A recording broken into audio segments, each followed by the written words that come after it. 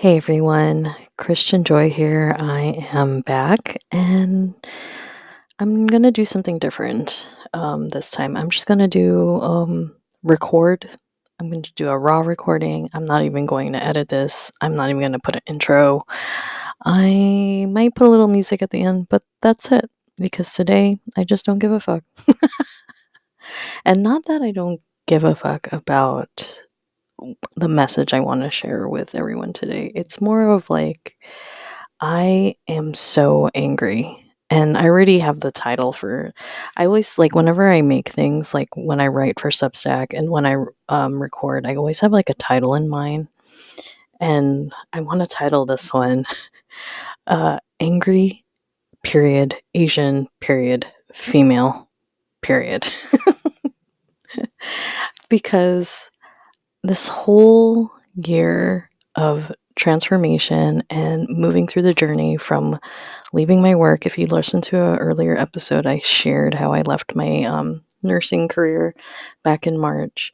And a lot of challenges have come through my way. When you do new and different things, um, just new things in general, it's just hard and challenging on your psyche, on your body when your body doesn't want to do new things because it already has this set of things it's really good at. So it's like you naturally instinctively go towards new or old things because it's easy, and that's what your body is primed for. It's a survival mechanism. But like I've been saying, when I iterate like a shit ton of times on my Instagram stories, and where like I may even shared it on TikTok by now, is that if we want a new and different world, we have to do new and different things. And that means we have to start stepping into new versions of ourselves, even though it feels shitty, it feels scary. All the waterfall of limiting beliefs come through, and all the things. So today was one of those angry days. And why I want to title this Angry Asian Female is because I'm in this point of my journey where I am very much about honoring how I feel, not even being ashamed about it, feeling guilty or feeling like the bad guy, like, oh, I'm that angry person, I'm being the bad guy. No, it's more of like, I'm human and I have emotions, and this is my real and true emotion today. And today it's anger. And I've experienced anger quite a few times this year. And what do you do with anger? And I can only share from my background because I know it best. I lived it. And being Filipino, we're known, and this is, of course, a generalization, we're known as a very charismatic, happy-go-lucky, friendly culture. And then there's pockets of different Filipinos who have that. For myself, I'm going to say, I'm not going to speak for other Filipinos, but for myself, I know when I raise my son, I used to be very much a tiger mom. And for those people who don't know what tiger mom means, I was a very, very loud, very angry, militant Asian mom. And, um, and unpacking that label of way of being for myself brought up a lot of things for me, like realizing that I was the bad guy in my son's story. And oh my god, when I realized that, like, a lot of freaking profound realizations. This was like a mini awakening after my huge awakening back in 2020, 2021. And the realization that I in my monkey brain human mind, I always told myself that, oh, I'm not doing the things that my dad did, so I'm not being as bad as my dad. So therefore, I'm still parenting well in my eyes because I'm not doing the things that don't feel bad to me. But when I came across a lot of new information in the mental health space, especially around surrounding children, I realized, well, my son never experienced anything that I like anything remotely in comparison to what my dad did with me. And now that doesn't, and so that means, how am I going to word this? Just because I wasn't being the way my dad was doesn't mean that my son wasn't experiencing me like how I was experiencing my dad, because he has nothing to compare it to. So this is the worst thing he has ever experienced through his own parent. And when I realized that, oh my God. Oh my God. I cried for a month, and I've been like, um, apologetic in many ways towards him, the best I know how, the best I feel like I can. This is like a continuing journey, but by the way, folks, like, I've talked to him as open and candidly as I can to where he can feel comfortable with me. So I don't know if he receives the sorry that I'm trying to express. I know in my heart that that's what I am trying to convey or trying to share with him, that I am deeply sorry for what his childhood experience of me. Now, when he gets older, he's about to turn 22. When we have a sit down conversation and it comes to that point, because I know I did this with my parents, like, when he needs this certain thing from me, then I'll give it to him. Like, does he need the apology or whatever it ends up looking like? Because everybody's journey is different, right? Like, some people, like, they want the apology that they never got from their parents. And which is interesting because that goes back to my personal father when I actually, as the child, got the apology from my dad after he experienced a death of one of his siblings last year. And I was just like, I didn't know what to do with it. I didn't think I was ever going to get an apology like that. So why am I saying all these things?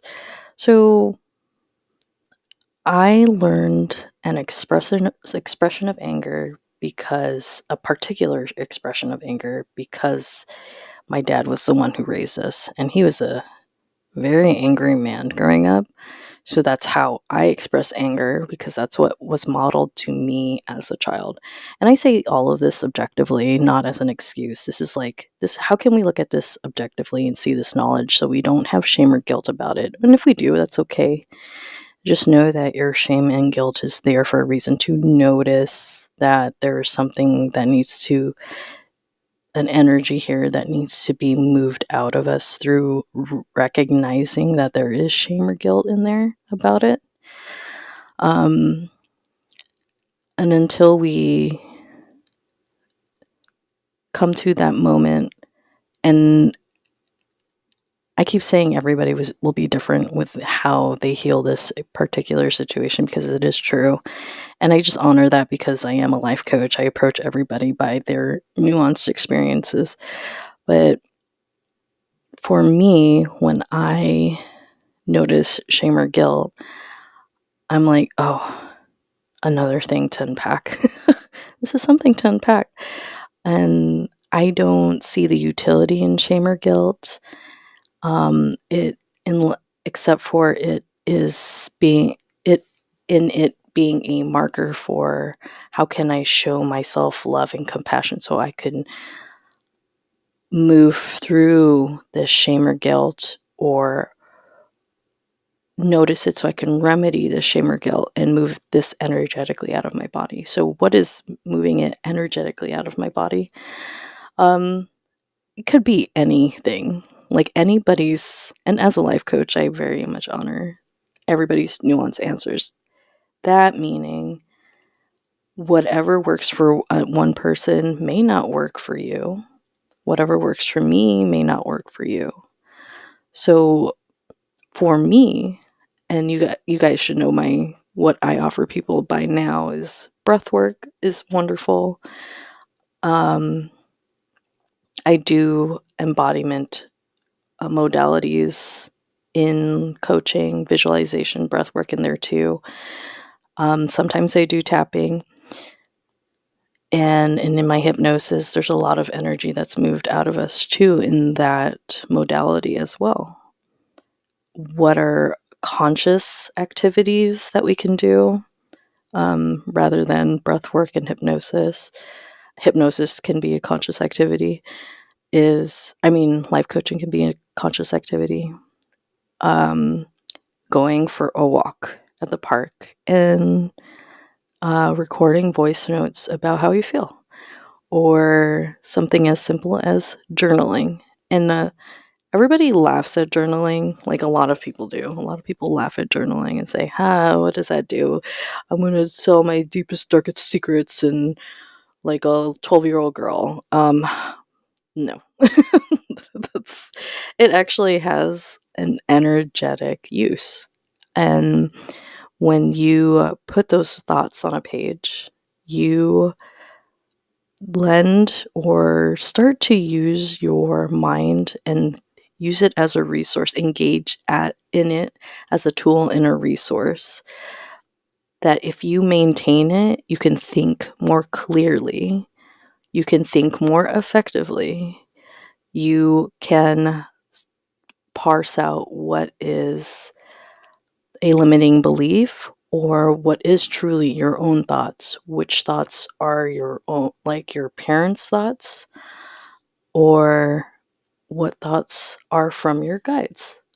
So, journaling is the only thing that I ever actually suggest for people, like my clients, to do in coaching is journaling or some variation of that, because I know journaling doesn't come easily to everybody. So, and I went off in a tangent. Where was I? My ADHD brain. So, what does anger have to do with today? Oh, there we go.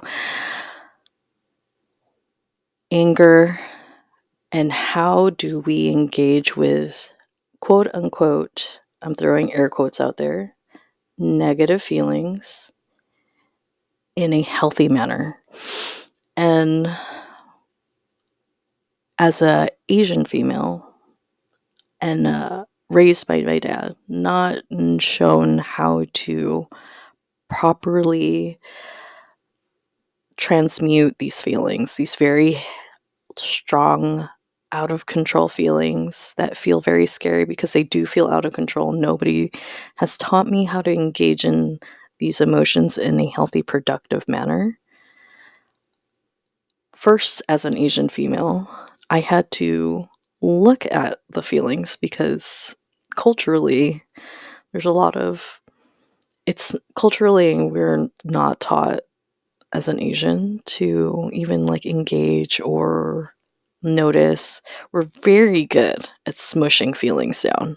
Very easy. Like earlier this year, I had anger bubbling up, or I think it was another feeling, but I can't remember off the top of my head. But I remember it bubbling up, and it was so easy for me to just shove it down, shove it and hide it away. Like it was so subconscious, so instinctual that I didn't even realize I was doing it until it kept coming up over like the week, like every couple days it kept coming up, and I was like, wait a second.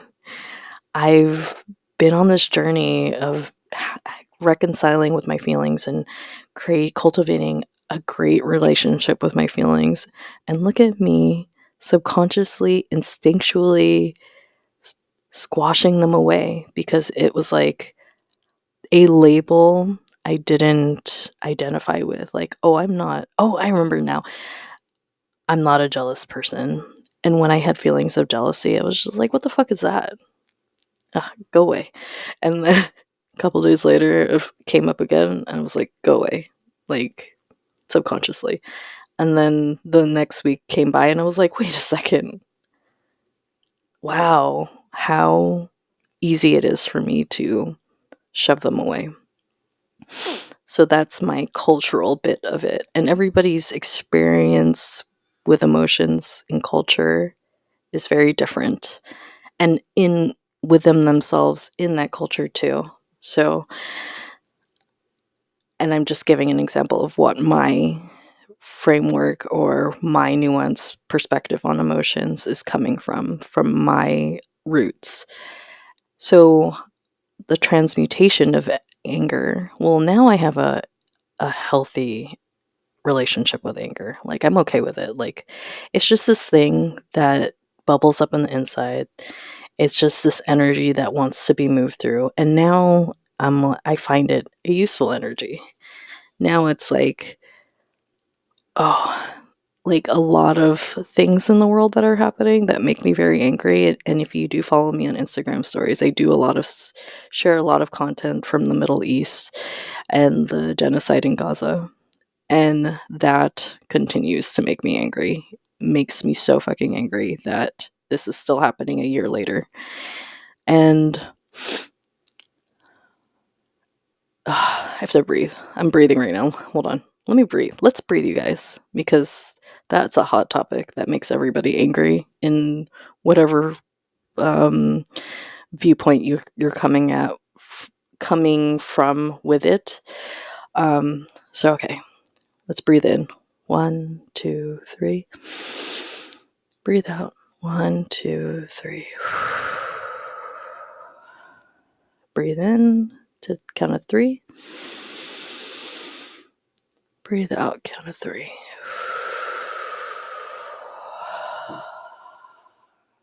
Breathe in. Breathe out. I'm accessing my parasympathetic nervous system, and I'm instantly feeling relaxed. Because I've connected with different parts of myself, and I don't know if I've touched on parts work in the past. There are different pieces of ourself that show up with conflicting messages, and they come from different places. Like, you can have an inner child voice, you can have the parent voice, you can have the inner teenager voice, or what have you, wherever they come from. And I have multiple voices from different places, and then there's the me voice. And the now that I've accessed my parasympathetic nervous system, I feel an overall sense of relaxation in my body. And I know in the pit of my stomach, right where my solar plexus is, this is where my general willpower for everybody lives there. But as a generalization, you might experience somewhere else. This is where my anger lives too. And my anger is there. I'm closing my eyes right now. I feel my anger there. And it's very much a driver for the driving energy behind my willpower. I'm so angry with how the world is and feeling so helpless and what can I do? What can I do as this one individual person with a big collective atrocity going on? What can I do? And for me, the answer that I've come to during this journey of anger with this whole fucking Middle East debacle is what is the thing that I can do? That one little thing. Because if everybody did a one little thing, it has a lot of power and energy behind it as a group. And a lot of creators, and I resonate with this answer, is boycott, divest, sanction. It might look like voting. It might not. It might look like not shopping at certain places that that contribute to arms, to their, it's shouting out to leadership for an arms embargo, sharing information on and knowledge about the Palestinians' voices, because it's the victims that don't get heard, right? And that's very important. It's always the mainstream or the general, like the stronger narrative that usually rules a lot of the collective thinking. And I feel like a lot of that is like switching over and transforming, because a lot of people, if they are connected to a deeper part of themselves and just know that killing anybody for a cause is just wrong, then yes.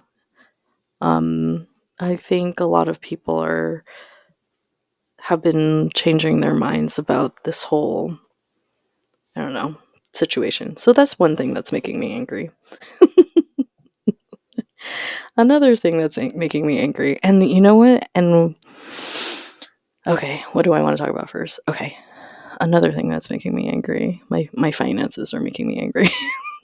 Money, and I'm sure like a lot of people are going through this right now in the collective, is, and I've connected with friends on this. Like I have a few friends that are struggling financially too, and I even shared this on my Substack recently. I go into more detail about my personal story, but I don't mind sharing it here either. But I had to, like, for the first time, let's say, for the first time since I was 19, when I was a teen mom, I had to apply for government assistance. It's like wild out there. It is wild, wild west out there, you guys. I haven't been able to find work as a nurse. Mind blown. I never thought I'd see the day. I have had no takers over the past how many months for nursing jobs, and I was like, I find that very fascinating. But I will still try to apply. But I had a recent quantum hypnosis session for myself, a peer, for my cohort. They did a hypnosis session on me, and it was very clear from my higher self that I need to try something new. So I've been applying to fun to me, different avenues of work. So we'll see what happens. Otherwise, thank you everybody with your tax dollars and paying for my food. It's really funny because I didn't even look at it this way, but like my partner and my uncle were like, "You've been paying taxes since you were 19. You're allowed this money." And I was like, fair point, fair point. I've been working for over, how long has it been? Over like about 24 years of my life I've been working. So working for the man. Anywho, so back to how do we use anger? And a driver for willpower. And what do you want to put your energy to is the question I'll ask you guys. What do you guys want to put your energy towards? What is that thing you've always wanted to do? What is that new and different thing that you always wanted to try? What is that thing that you always wanted to do that you know will make the world a better place? So many options, so many answers. And I do encourage from this space, let go of whatever that looks like. Use that anger to be like, fuck it. I'm just gonna do the thing. I don't give a shit how it turns out. At least I said I know. I can say I fucking tried. I fucking tried. I fucking did the thing. And it was actually shit. Or, dude, that was actually super fucking fun. I want to fucking do that again.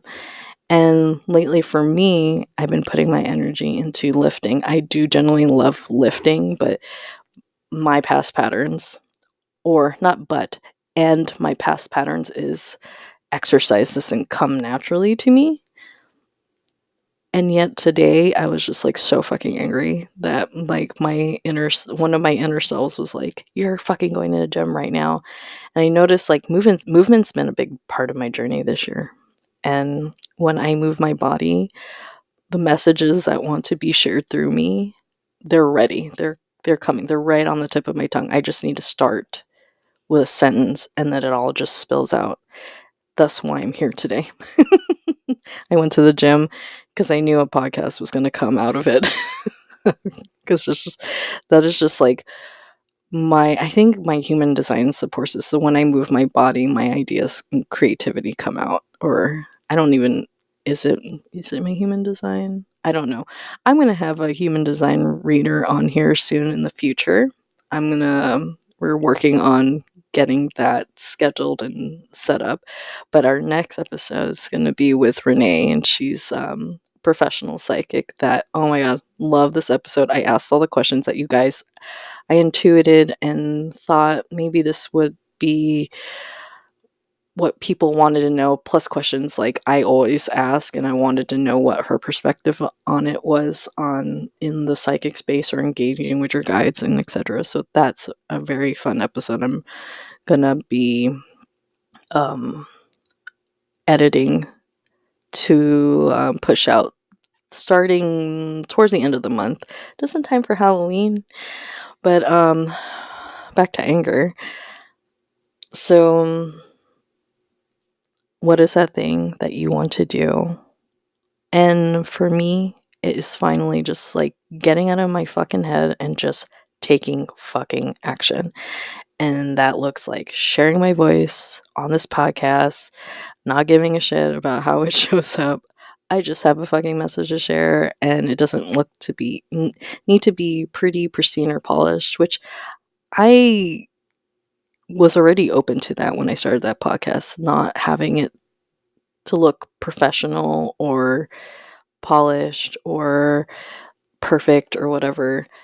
But there is an element of fear there, I guess. Like, but now, like, that's how anger became so useful for me today. It was like, I'm like, so no fucks today. That I'm showing up and recording regardless of how I feel or think inside. And not even how I feel. How I feel is actually driving me to how I'm thinking is what stops me. And I've said this before, and I'm going to say it again.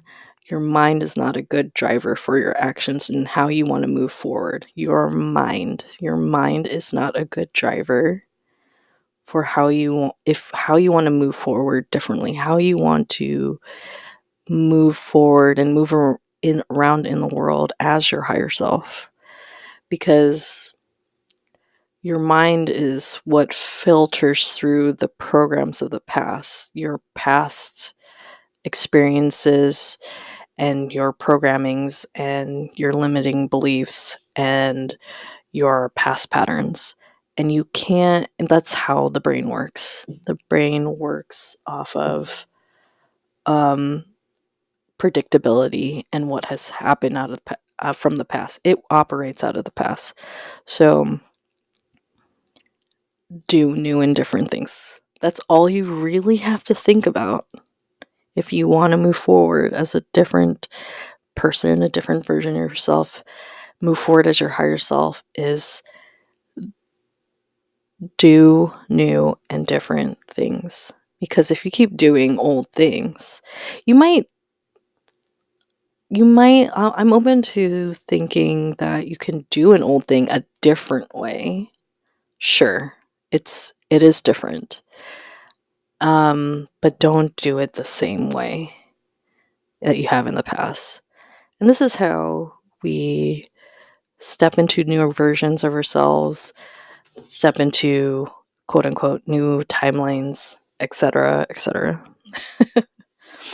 So I think this is how I'm gonna be setting up my next solo episodes. I'm just gonna drop on here and just share a little blurb of whatever the fuck is going on, because this world is goddamn crazy and things are discombobulated and confusing. But you know what? I'm here with you guys, and you don't have to be alone. We're all in it together, and we as a collective are all going to the same place together. Whether you realize it or not, we are all on the same collective path. So I think I'll end it there. If you guys love this episode, please drop, no pressure, but drop a rating, review. Send me messages on Instagram. Let me know what you thought about the podcast episode or any of these episodes. I can't wait to be around for the next one when I have Renee on. Ah, so good. But I say that about all the episodes. So good. So I'll let you tell me if it's so good. I just genuinely like a lot of the things that I put, except I think I'm going to say this. The only thing I haven't liked that I put out that I've created is the fucking intro to this podcast. So, okay, I'm going to say this out loud so I can manifest this, but I'm manifesting, you guys, someone who would do my podcast music for me, unique to my podcast, that encapsulates the vibe of this pod. And that sounds like so much fun, like a fun collab. And if anybody knows anybody, please email me. I'll put the email. I'm going to create I just realized earlier today I haven't created an email for the podcast. So I'm going to be adding that in the show notes so you guys can connect with me through the podcast itself. So, anyways, thanks you guys for listening in, and I hope you have a wonderful week. See you in the next episode.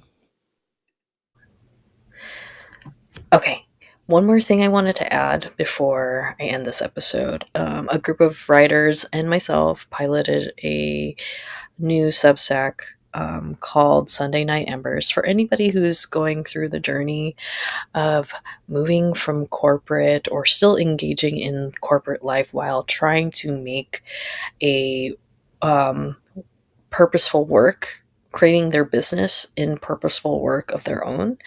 And we, as a collection of writers, we share our journeys in that process, I guess is what I'm trying to say. So I'm one of the writers as well. So Sunday Night Embers, I'll link it in the show notes, and thank you guys for being here.